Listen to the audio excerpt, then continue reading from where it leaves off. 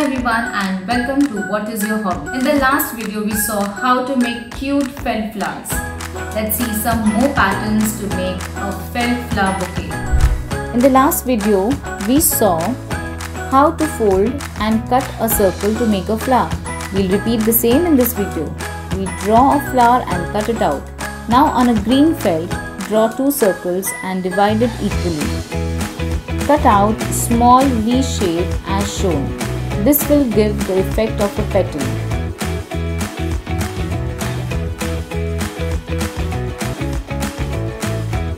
Cut the blue flower as well. Now let's see the next steps.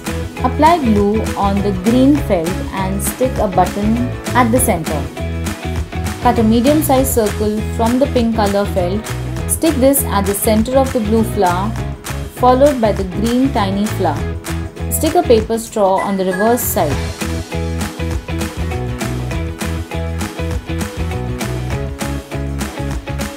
Let's quickly see one more pattern to make a felt flower.